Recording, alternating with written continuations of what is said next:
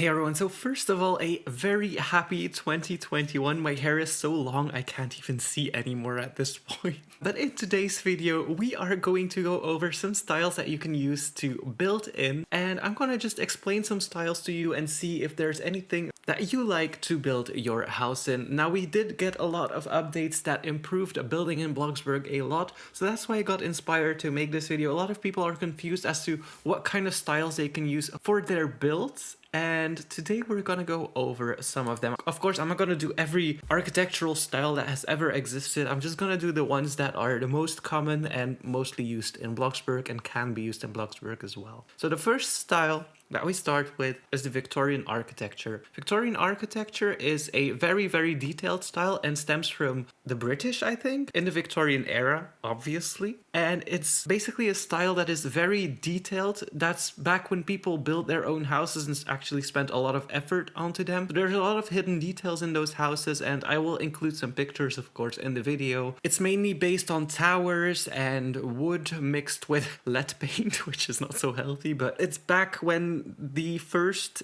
electric devices and stuff came around, and people actually used to take electricity from their light outlets or their lamp outlets because they didn't have power outlets yet. So it was very dangerous, and there were cables all over the kitchen and stuff like that. So it was a very, very dangerous era as well. The lead paints and everything, but very detailed houses, beautiful architecture came out of it. Then the next style that we are going to is the Paris architecture of the Belle époque. And Belle époque is basically a style that is also very detailed. It had the Tiffany lamps. They are very common. The Tiffany roofs, a very expensive architecture, mainly lead glass. So glass was decorated with lead and painted and stuff like that. But also typical for Belle époque is the Parisian style and the round shapes that are used in the more modern Belle époque style. Wow, I said that in such an English accent. I meant Belle époque. It was created between 1871 and the beginning of the First World War, which was 1914. And it has basically different strands of it, but the main consensus from it is that it was very detailed, a lot of architecture, frescoes, round shapes, just a very detailed style, but a bit more dark than Victorian was, even though Victorian was pretty dark as well. Then we move on to a way harder style to create in Bloxburg, but some people just nail it every single time. We have Daniel Perkins and Rusty, who are amazing at this. We go to Gothic architecture. Now, Gothic architecture stems from the medieval times, but the later medieval times, and that's when people thought that they should start building churches higher in the air because they would be closer to God. Before that, churches were pretty low, but architecture evolved. So it has a lot of pillars and bows and rib folds and columns and just everything that helped support the building, because back then it was very hard to create a tall building and everything was done by hand. And so all of the arches were made to help support the weight of the church, because arches are actually a very good shape to help create stability and provide more weight so that they could build higher and held it all together. As you can see, churches from them are still existing today, even though they had some renovations, but they are very strong buildings and they look so beautiful. I will include some pictures of Daniel Perkins and Rusty's buildings because they are amazing at it. Then we go back even more and we go to medieval architecture. Now, medieval architecture is from before the Gothic style. It is way darker and way thicker walls had been used back then. I think about old castles in Britain or Scotland, basically anywhere in Europe. A very, very dark style. A lot of stuff was used, added to the walls. The walls were sometimes 40 centimeters thick, which is about, let me look it up.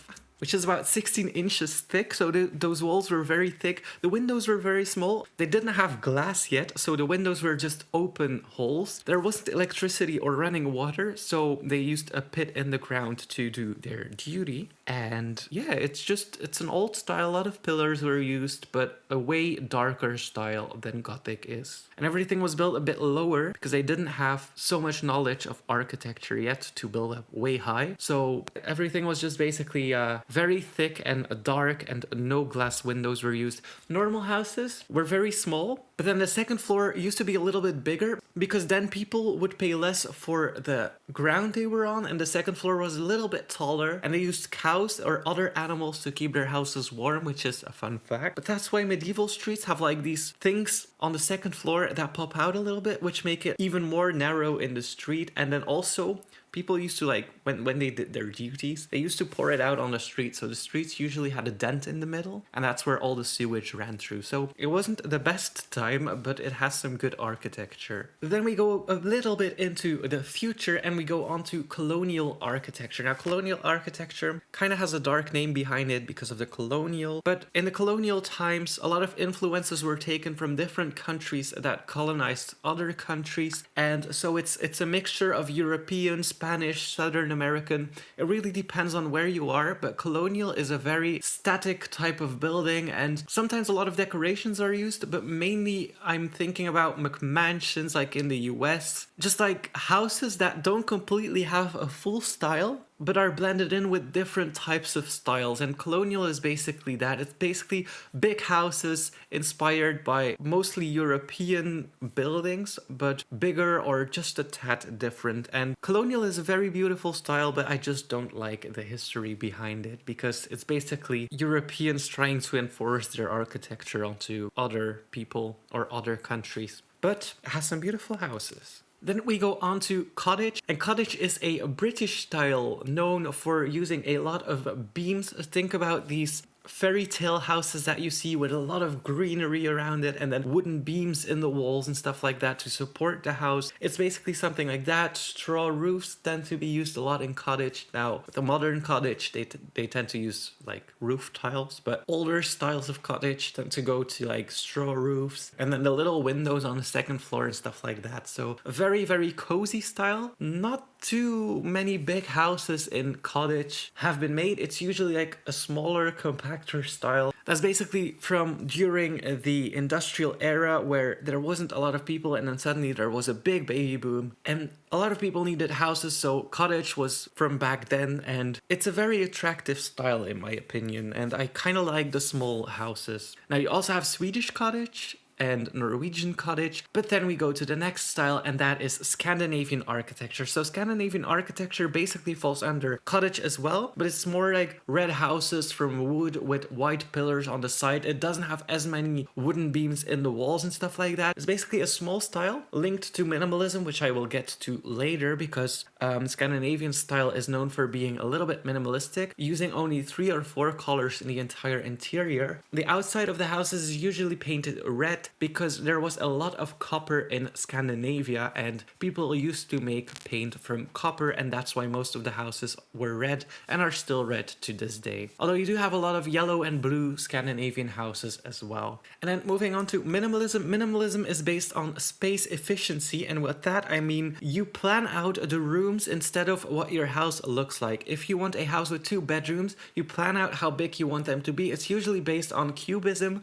so they work with cubes, or they make separate rooms and add them to each other in the architectural plan so that they can later add something to it or be very space efficient. And that's why most of these houses are like very tiny and compact and look like a square box, because it is all based on space efficiency inside the house instead of what it looks like outside the house. Also, way less clutter, and mainly like 1 or 2 colors used in the entire build. And that's where minimalism differentiates from modern architecture. Modern architecture is based on shape, privacy, and daylight. So shape, very important. The shape of your house is basically an architectural piece in this one. It has to fit in the environment. That's what modern architecture, not just modern, but it has to fit in the environment. People are looking for the best views and the best light coming into their house, but they also want privacy in the front. So a lot of these houses are like a wall in the front, or basically a garage and like a tiny window in the front, but then in the back they have a lot of windows and layers and stuff like that. And this style is characterized by daylight and architecture, and you can kind of tie it into minimalism, although minimalism has more smaller houses and space efficient houses. Modern houses, on the other hand, do have like architectural shapes on the outside and is more based on like the beauty of it, while while minimalism is not really based on the beauty of it, but more on the use of space and the practicality. And then I forgot to add one from the early ages, 1770 to 1840. Another European style, which is neoclassic, but the US has more neoclassical buildings than we do, I think, because a lot of big buildings are like based on neoclassicism. Wow, what a hard word. But basically you have a lot of thick pillars. Think about museums. The White House has a lot of big pillars in the front. Like, it's based on the big asset of it. Like, you have your rectangle, let's say, and then a little piece comes out in the front with a lot of big pillars and stuff like that. Then the squares in the roof, typical for that era as well. And usually they also have like a tiny roof on the pillars with like a mural in it, if that makes sense. I'm gonna add a picture in the video. It's gonna make more sense then. And a lot of gold-plated stuff as well, because countries needed to show how rich they were for some weird reason. But yeah, we have a lot of gold-plated, and then concrete, because concrete was then used a lot. So a lot of these buildings are just gray and then have gold-plated accessories, oh my god, gold-plated additions to them, like murals and stuff like that. Also, sometimes a dome is used in neoclassicism. I can't think of an example, but there are a lot of buildings that use domes like on top of it. And then you have the neoclassical building in the front. And then the last one I'll go over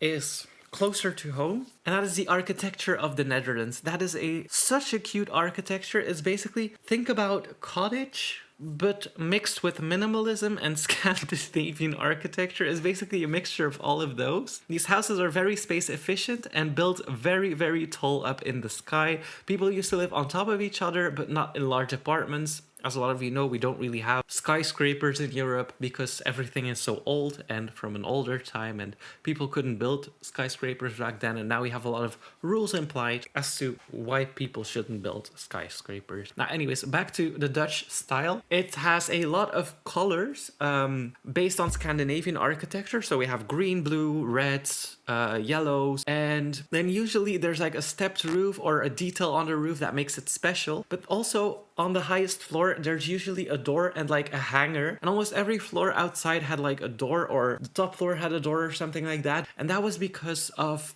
grains and other food types of sources that needed to be dragged up to the highest floor, or people lived on the highest floor and it was hard to like do all the tiny stairs in the houses to get up there with like grains and stuff like that. So why Dutch houses have like a thing popping out of it, I keep forgetting the name. It's like a handle. Yeah, you know what I mean? They put a rope through it, and then with that, they could pull up the grains and stuff like that to the highest floor if they lived there, or if they wanted to store it on the attic. It was way more practical than bringing it through the door and going up all the tiny stairs to put it there. And also minimalism, because a lot of the rooms are very small, and Dutch people tend to not put as much stuff in their house as other people. Sorry if that's offensive, but that's like from what I've seen there. And it's basically like very subtle colors, not like a bright red inside your house or something like that. They use very subtle colors in the house and not too many materials.